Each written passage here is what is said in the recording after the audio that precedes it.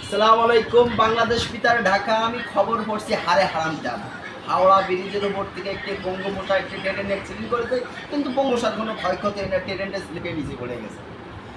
তাতে কত দামি দামি বালালা মানুষ ছিল, তার সামনের 4-5টা করে বাল হারিয়ে গেছে। যুক্তরাষ্ট্রের প্রেসিডেন্ট জো বাইডেন বলেছে, যেই দেশের নাগরিক এই বাল যে খুঁজিয়ে দিতে পারবে তার 250 গ্রাম আটা পুরস্কার দেওয়া হবে। ও নো।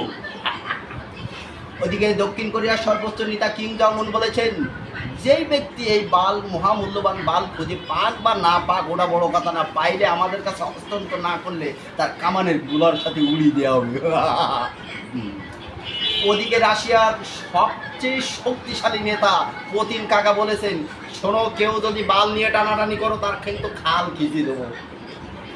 সংবাদের শিরোনাম জানাবেন আমাদের টুটুল মিয়া। আমরা যাই এখন তার কাছে।